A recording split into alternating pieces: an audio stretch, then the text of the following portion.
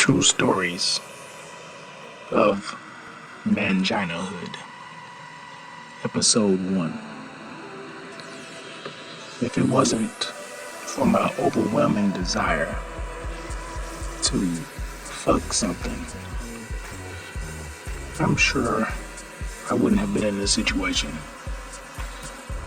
My best friend, Zach, called me this ill-fated night with the explicit desire to visit a lady friend of his that had come to town. This chick, I think her name was Kathy, was currently enrolled in the pre-med program at Howard University in DC. I guess he had been talking to this girl, or woman, for about 3 months. And it was probably really good to see her, knowing that it was really hard to fuck her from his home in St. Louis. Now, Zach knew I was no third wheel, and generally, I'm better looking. So he gave me the incentive that there was a medical conference in St. Louis where there were a lot of eligible, beautiful women stashed away like some sweet goodies. And they were at one of the major hotels. Shit, say no more. And there was a fire under my ass lit faster than a brush fire in California. It's like I had gasoline draws on, for real. Anyway, my unquenchable desire for female approval and validation had been my Achilles heel for some time now, and this night was no different. This story is years before my revelation, so bear with me. At that time, I had lost a lot of weight, and I was really feeling like I was the man. Still, I was this beta male in an alpha male body, not knowing how to deal with women and the machinations or the attention that I was receiving. I was basically silly putty to any pretty face to be played with, molded, and shaped in whatever image that woman saw fit. Just weak in mind and spirit. My friends had coined a phrase for me, triple S, silly, soft, sick. Silly because I was socially awkward and unsure of myself. Soft because I was weak of mind and easily manipulated, which typically describes a mangina or a white knight. Sick because of my weird interests in anime, horror movies, art, theater, and video games. Those motherfuckers even made a dance to it. I was so angry about it, I chased them around and slipped and ripped the knee in my slacks. But I digress. I made it to the hotel, post-haste, in hopes that I wouldn't miss a damn gawker gander. The cats nowadays would call me thirsty. Upon arriving, Zach met me at one of the entrances because his directions were too confusing. He was accompanied by the girl Connie. She was average, a little bit older than I thought. Then I spotted this little light-skinned bride. She was the target right then. I was shook and didn't know what hit me. Her name was Dina. She was about 5'2", with this nice butter-pecan skin tone. Her jet black hair was permed straight and hung past her shoulders. She looked so young, which was not surprising since she was about 4 years my junior. And from her round ass as to her sultry, demure voice. I was completely transfixed. We found our way up to their room, and I sat around shooting the shit for an hour or so. From my perspective, she seemed to be trying not to be interested. Of course, that proved incorrect almost immediately, and she began talking to me about my days spent in DC near Howard University, where she was attending permed. And I really got a feel for her, and she explained to me her dreams and passions. As the crowd thinned and people were noticeably tired, she started to come on to me. Once again, I thought I could be wrong, but the moment she came and sat on my lap, I knew it was real. My eyes traced her curves, and I moved my arm around her waist. She smelled like coconut butter and cinnamon. I touched her thigh and felt how firm and smooth they were.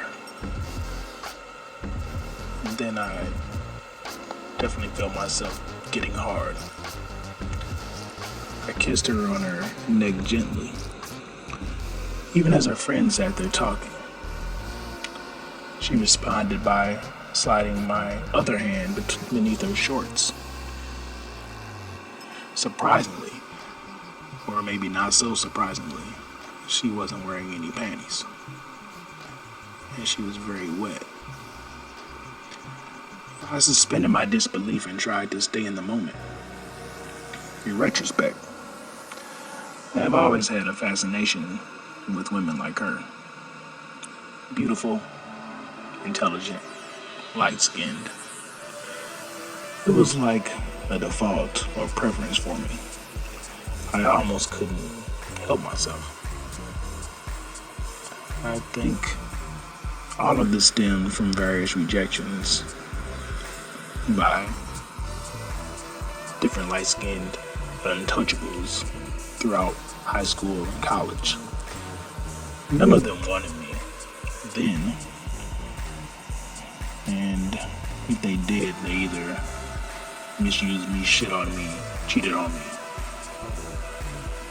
something else disrespectful. But this one girl, Mickey, who I carried a flame for years, even into adulthood.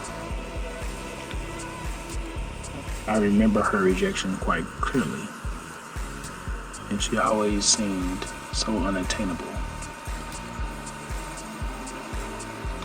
Even as I seemed to be the best choice for her, she always chose the bad boys. Guys that were alpha males, the ones that had the most women, or were the cutest, had the best clothes. So somewhere deep down, every time I dated one of these light-skinned girls, it was Mickey on my mind, and it symbolized a victory over her dismissals. In my head, I was dating Mickey. In my head, I was still in my childhood. So when Dina came and sat on my lap with that firm, toned-ass sans panties, I had won again. I was the top dog. The bitch chose me, as the old heads say. And even as I knew I had her, whispering in her ear and kissing her neck, gently, discreetly, I wasn't expecting what came next.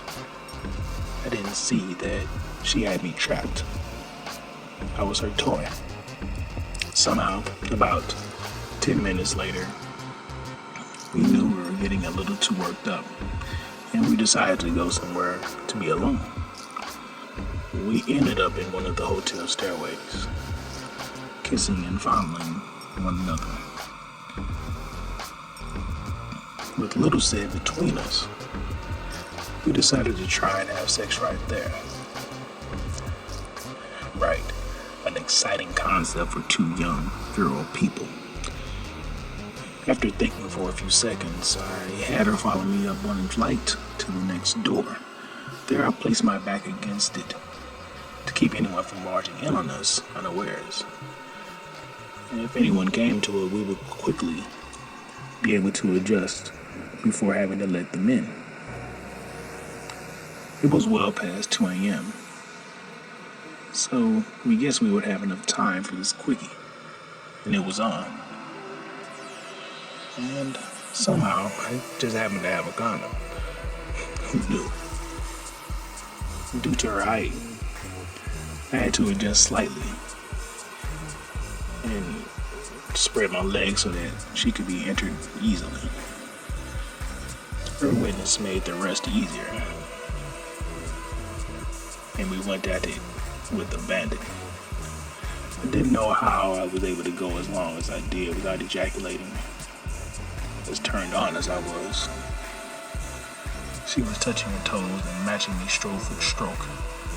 I couldn't believe it. And when she came, it was subtle and her legs quivered a bit. I came right after that.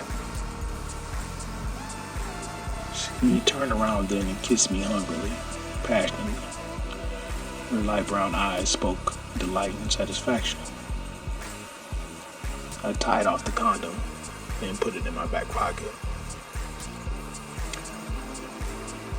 After taking her back to her hotel room, she gave me her number saying, "So you won't have to wait for me to call you?" "Sure," I agreed. "I hope to see you again." There was a new excitement in me. I couldn't wait to tell Zach. We said our goodbyes, but I was still there in that room with her. I was still in that stairwell. And for a time we called each other, speaking nearly every day.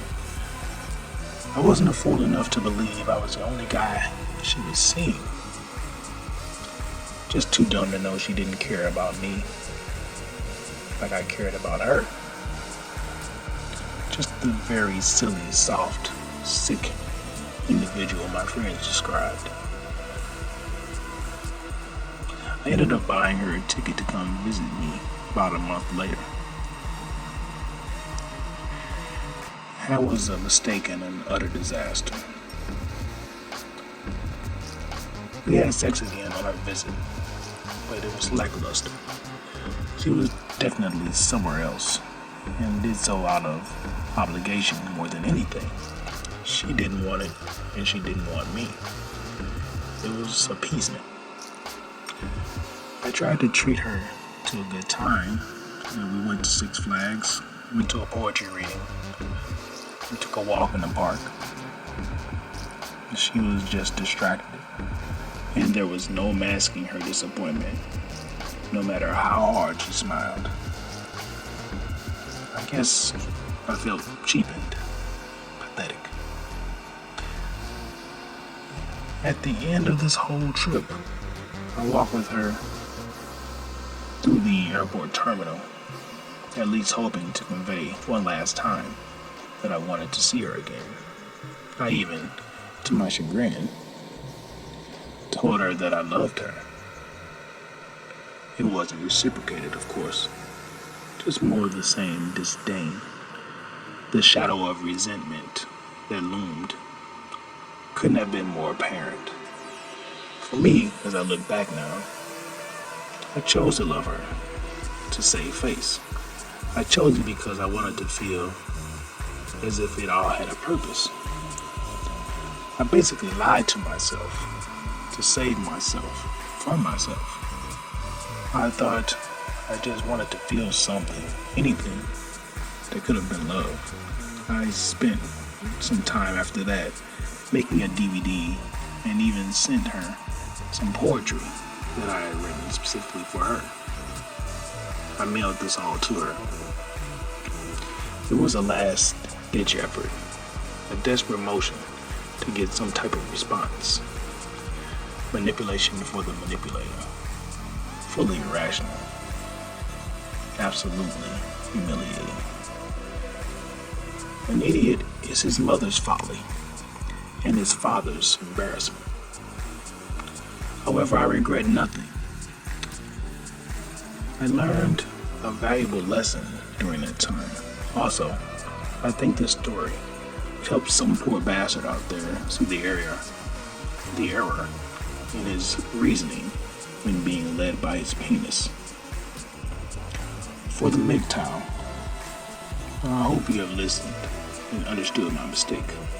Do not trust yourself around the beauty of women. We all are susceptible. Keep your wits about you and don't succumb to desperation.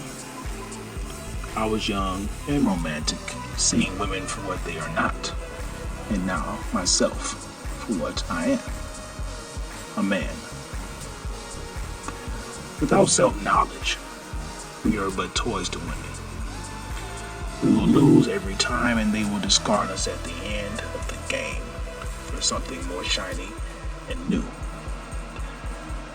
When I realized that she was lost to me, gone like the proverbial wind, I cried like a baby.